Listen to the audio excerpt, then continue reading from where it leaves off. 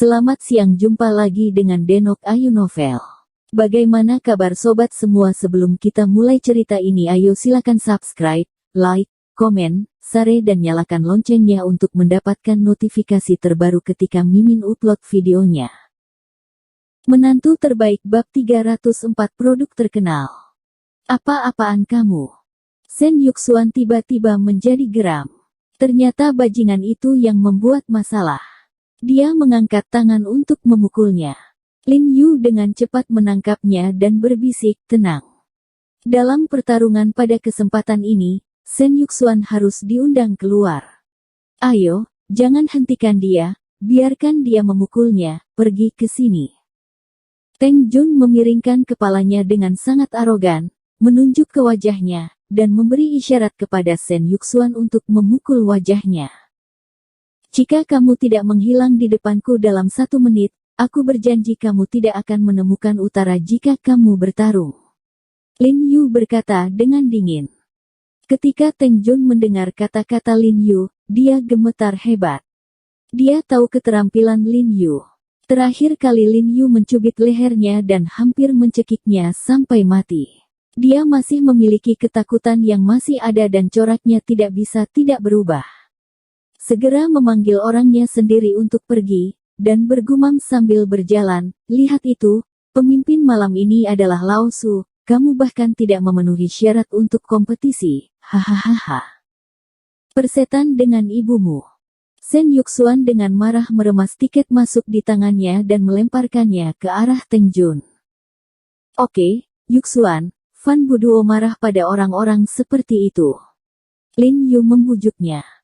Saya tidak marah, saya tidak berdamai. Sen Yuxuan menundukkan kepalanya, ekspresinya sangat sedih, dan dia telah menghabiskan usahanya untuk hari ini, tetapi dia tidak berharap itu menjadi apa-apa pada akhirnya.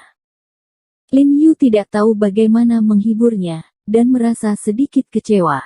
Dia dengan lembut mengulurkan tangannya dan menepuk pundaknya dan bertanya, apa yang dipamerkan Junfu Jewelry hari ini? Kelihatannya seperti cincin batu permata. Kudengar berlian di atasnya ditemukan dari tambang berlian langka di Afrika. Harganya mahal. Sen Yuxuan menggelengkan kepalanya dan menghela napas. Sebenarnya, Anda bisa mengenal mereka dengan melihat konter mana yang penuh dengan orang. Di mana pamerannya? Saking pentingnya pameran ini, hampir semua perusahaan perhiasan telah memunculkan barang-barangnya sendiri untuk bersaing.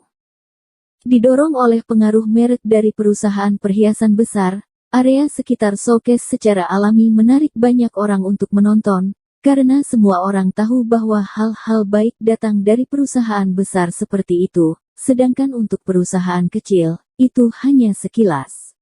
Buang waktu. Dan perusahaan seperti Lexiang Jewelry, yang memiliki reputasi rendah dan sedikit pajangan, jarang dipedulikan sama sekali.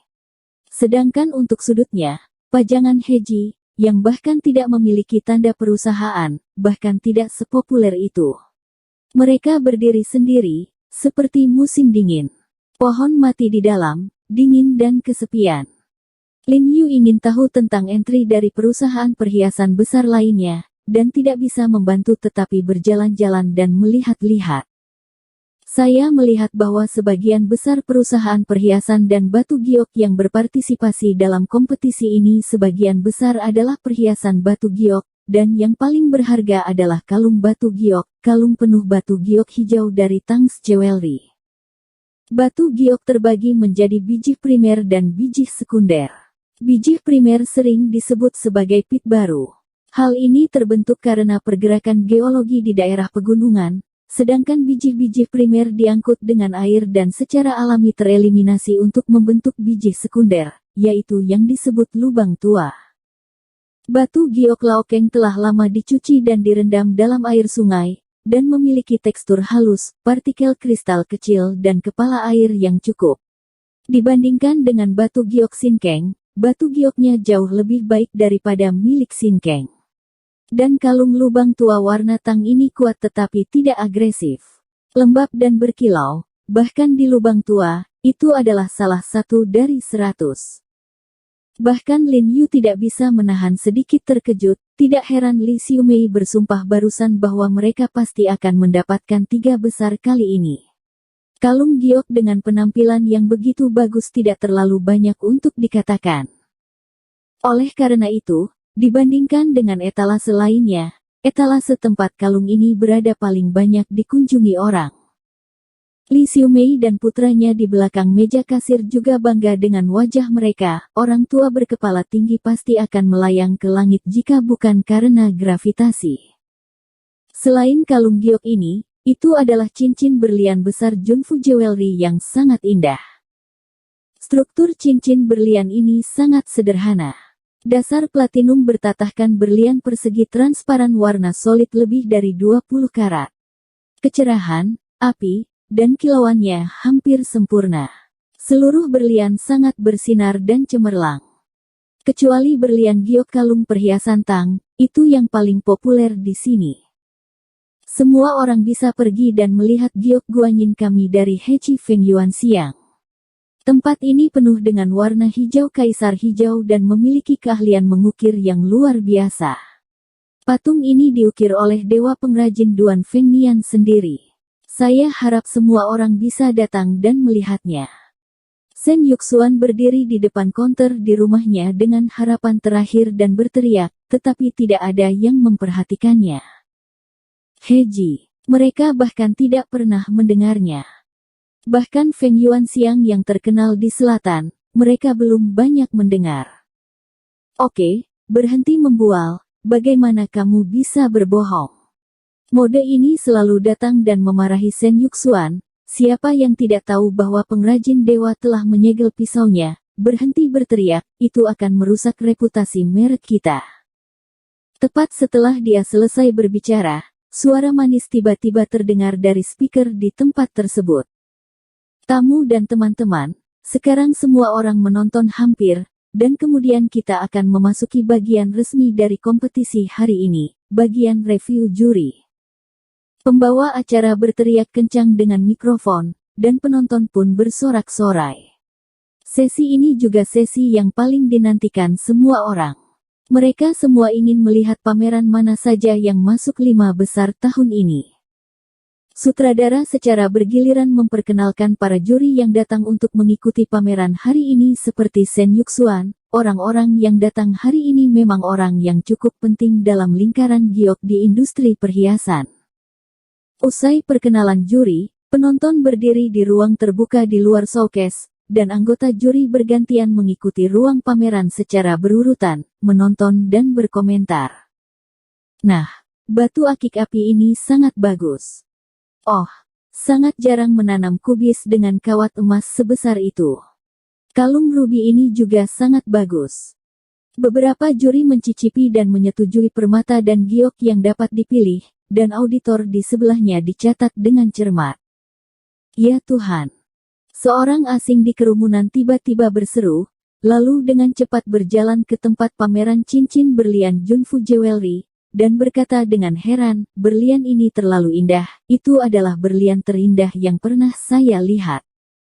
Kamu sangat berwawasan. Pada saat ini, Teng Jun melompat keluar dan berkata dengan acungan jempol ke orang asing itu, katakan padaku, berlian ini ditemukan dari tambang premier di Afrika. Harganya jutaan dolar. Aku memberinya nama. Disebut mata dewa. Eye of God. Eye of God. Orang asing itu begitu bersemangat. Dia mengangguk berulang kali. Ini sangat indah. Saya harus memilih berlian ini sebentar lagi. Terima kasih. Terima kasih. Anda sangat berwawasan. Teng Jun tersenyum lebar. Sekelompok juri lain datang untuk menonton dan memuji mereka. Berlian sebesar itu sangat langka, dan proses pemotongannya sangat indah. Kembalikan mata Tuhan, sial. Shen Yuxuan mengutuk dengan marah, wajahnya penuh ketidakpuasan. Beberapa juri, tolong lihat kalung giok kami. Sebelum hakim bisa berjalan, Li Xiumei tidak sabar untuk merekomendasikan kalung gioknya. Beberapa juri dan ahli telah lama memperhatikan bahwa tempat ini sangat populer, dan dengan cepat berjalan untuk melihat kalung giok yang luar biasa di konter. Mereka langsung terkejut. Oh, ini pasti kelas atas di Laokong Menluzong. Batu giok berukir sangat berharga karena orisinalitasnya. Manik giok ini bulat dan berkilau, dan jelas merupakan batu giok terbaik. Dengan lebih dari 20 manik, berapa banyak bahan yang dibutuhkan untuk membuatnya?